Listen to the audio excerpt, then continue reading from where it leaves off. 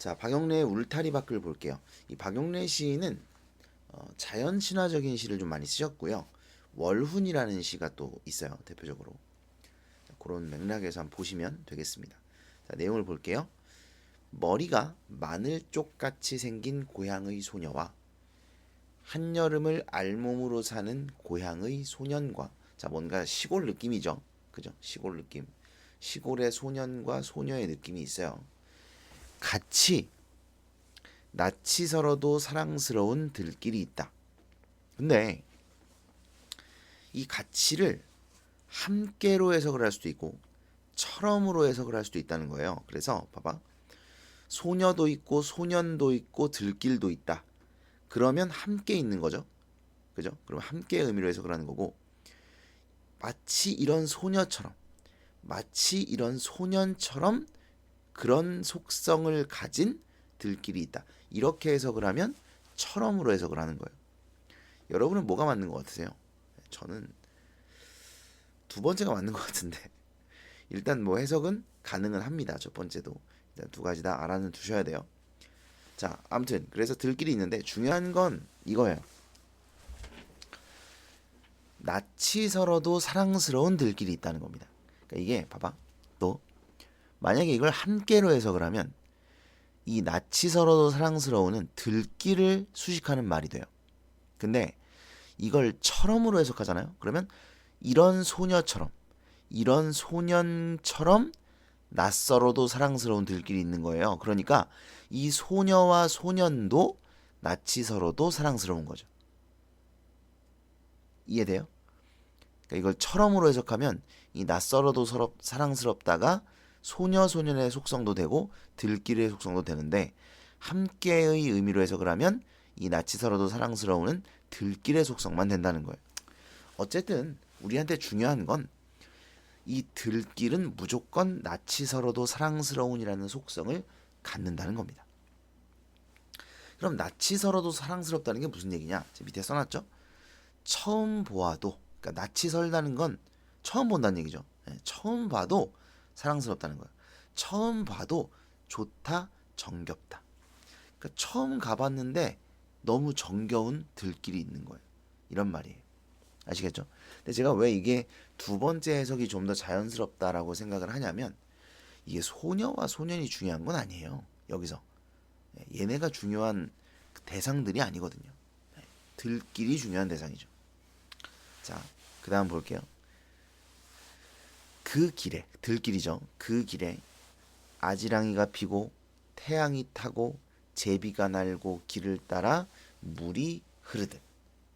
이건 뭐냐면, 여러분 이런 거는 어떤 길이 있으면 그 길에서 되게 당연한 거, 자연스럽게 나타날 수 있는 현상들 아니에요?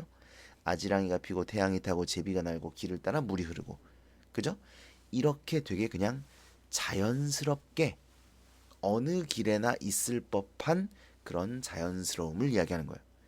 그렇게 자연스럽게, 그렇게 자연스럽게 천연희. 그러니까 이 연 자체가 이 천연희를 꾸며주고 있는 말이에요. 그렇게 천연이에요. 그러니까 어떻게 천연이냐면, 그 길에 아지랑이가 피고 태양이 타고 제비가 날고 길을 따라 물이 흐르듯 그렇게 천연이 되셨나요? 그래서 사실 이 1년과 2년은요, 이 천연희를 꾸며주기 위한 연이라고 보셔도 돼요. 그 정도로 이 천연희가 중요해요. 그렇게 천연희. 그래서 제가 그런 이 소녀와 소년이 별로 중요한 게 아니라는 거예요. 들길이 있는데 그 들길에 이렇게 되는 것처럼 천연하게 울타리밖에 화초를 심는 마을이 있어. 그러니까 이 시인이 말하고자 하는 건 이거예요. 울타리밖에 화초를 심는 마을이 있는데 그게 어떤 거냐면 되게 천연하게 자연스럽게 그런 행동을 한다는 거예요. 마치 이런 것처럼. 그러니까 이러한 들길인데 그 들길에서 이러하도록 천연하게 울타리밖에 화초를 심는 마을이 있다는 거예요. 그래서 사실은 이 앞에 있는 모든 내용은 지금 이걸 이야기하려고 하는 거라는 거죠. 울타리밖에 화초를 심는데 그게 얼마나 이 사람들이 자연스럽게 그런 행동을 하는가, 이런 얘기예요. 그러니까 이건 뭐냐면 울타리 밖에 화초를 심는다. 여러분, 화초를 보통 집안에다가 심는단 말이에요. 내 집안이 아름답도록, 내 집안에 심어두고 보려고. 근데 그걸 울타리 밖에 심는다는 건 뭐 마을이 아름답도록, 지나가는 사람들이 이걸 보고 기분이 좋아지도록, 이런 의미란 말이죠. 그렇기 때문에 이건 타인에 대한 배려이자 타인에 대한 애정을 드러내는 행위라는 거예요. 또 나만 기쁘고 싶은, 나만 아름다운 걸 보고 싶은 마음이 아니라 따뜻하고 넉넉한 마음이라는 겁니다. 그런데 그런 타인에 대한 배려와 애정을, 따뜻하고 넉넉한 마음을 천연히 드러내는 마을이라는 거예요. 아시겠죠? 인위적으로 누가 시켜서, 누구에게 배워서가 아니라 아주 자연스럽게 마음에서 우러나서 타인에 대한 배려와 애정을 드러내는 마을이 있어, 이런 얘기예요. 아시겠죠? 그래서 오래오래 잔광이 부신 마을, 밤이면 더 많이 별이 뜨는 마을이 있어요. 잔광이라는 거는 해가 지고 남은 빛이에요. 그러니까 쉽게 어두워지지 않는다는 거예요. 쉽게 어두워지지 않으며 밤이 되면 별도 많이 떠요. 그러니까 엄청 밝은 거죠. 이 밝음은 여러분 어디서 나오는 밝음이에요? 마을 사람들의 이럭토록 천연한 따뜻하고 넉넉한 마음에서, 타인에 대한 배려와 애정에서 나오는 밝음이라고 볼 수가 있죠. 그래서 마을 사람들의 인정 어림을 자연물을 통해, 빛을 통해 표현하고 있다, 이렇게 해석을 할 수가 있어요. 이거 뭐 이제 어떤 교과서 자습서에 보면 시골이라 별이 많다, 뭐 이렇게 해석을 해놓은 것도 있는데, 뭐 참 그렇기도 하겠죠. 뭐 물론 시골이라 별이 많은 것도 있긴 있죠, 그죠? 있긴 있어요. 근데 이제 그게 중요한 건 아니고, 물론 그것도 맞겠지만 이제 마을 사람들의 인정 어림을 표현하는 것으로 우리가 해석을 해줘야 되겠죠. 제가 살면서 가장 아름다운 별을 본 건 군대였거든요. 군대. 제가 강원도 그 군대 있을 때 진짜 별이 많이 뜹니다. 거기 그 당시엔 더 많이 떴겠죠.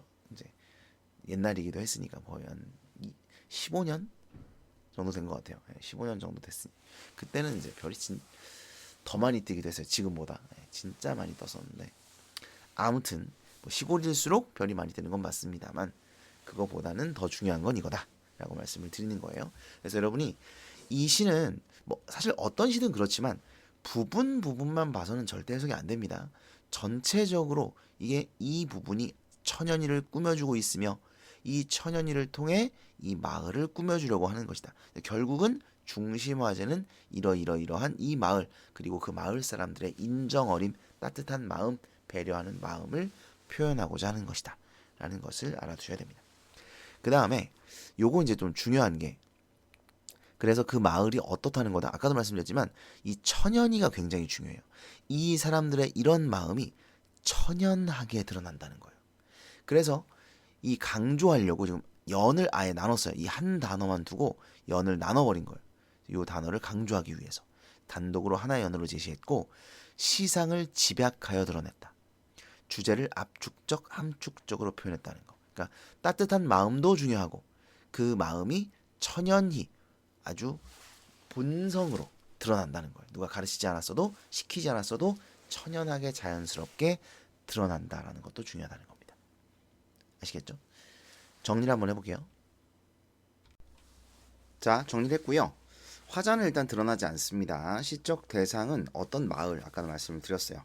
상황, 이 마을을 관찰하고, 관찰했다기보다 제 생각에는 이제 이 마을을 지나가고 있어요. 이 마을을 이렇게 지나가다가 울타리 밖에 화초를 심은 걸 봤겠죠. 이걸 보면서 이 마을 따뜻하네 이러면서 이제 시를 지은 게 아닐까라는 생각이 좀 들긴 합니다만, 그 다음에 뭐 이제 상황이라는 거는 시적 상황, 그러니까 이 안에서의 상황을 말하는 것이기 때문에, 아무튼 그래서 이제 이 마을을 이렇게 관찰해서 제시를 하고 있고요. 정서 밑에도 울타리 밖에 화초를 심는 마을에 대한 예찬적 태도가 드러나 있습니다. 그죠? 예찬. 그 다음에 특징을 보면 뭐뭐가 있다. 요 들길이 있다, 마을이 있다, 마을이 있다, 마을이다. 이게 있다가 반복이 되는데 여기만 보면 마을이 있다도 반복이 되고 있어요. 그래서 있다의 반복도 되고 유사한 통사 구조. 뭐뭐뭐뭐한 마을이 있다. 뭐뭐한 마을이 있다. 뭐뭐한 마을이 있다. 그래서 뭐뭐한 마을이 있다라는 문장 구조가 반복되고 있다. 이것도 맞습니다. 그다음에 지규법 뭐뭐듯 요거 뭐뭐하듯 뭐뭐하듯 뭐뭐하듯 이거 지규법이죠.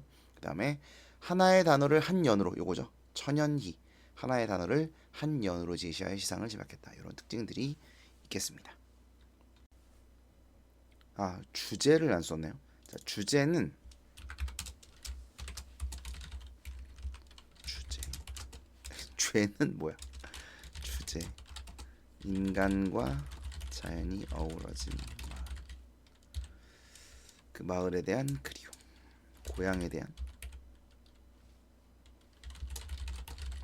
물론 이제 고향이라고 말하진 않았지만 우리가 일반적으로 생각하는 고향이라고 했을 때 떠올리는 이미지가 이런 거거든요. 그래서 인간과 자연이 어우러진 마을, 고향에 대한 그리움 또는 뭐 자연에 대한 그리움이라고 해도 맞겠습니다. 오케이. 처음 말씀드린 것처럼 자연 친화적 태도가 드러나 있다. 이렇게 볼 수가 있겠네요.